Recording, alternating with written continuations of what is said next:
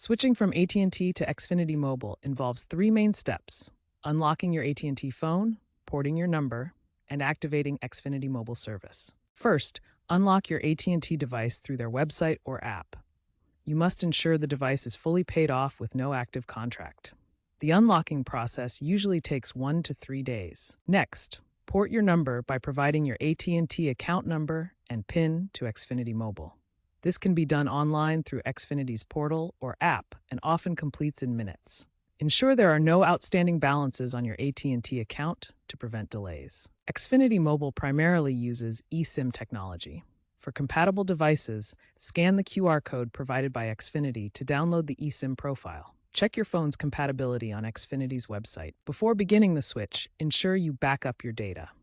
Xfinity Mobile runs on Verizon's network, providing nationwide coverage.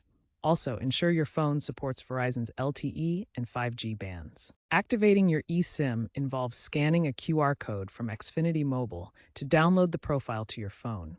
Physical SIM kits are becoming less common. The adoption of eSIM is rapidly increasing, projected to reach 50% of smartphones by 2026. Xfinity Mobile, as an MVNO, offers competitive pricing, with plans starting around $15 per month. Experts like those at PCMag and CNET highlight the simplicity of Xfinity's eSIM integration, rivaling Apple and Google's services. A 2025 J.D. Power survey indicates that 65% of switchers choose Xfinity Mobile due to eSIM convenience. One tip is to clear all AT&T bills before starting the process.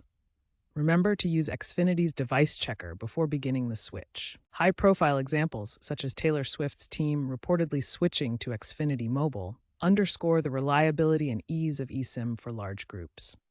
Overall, the trend favors digital switches and consumer empowerment.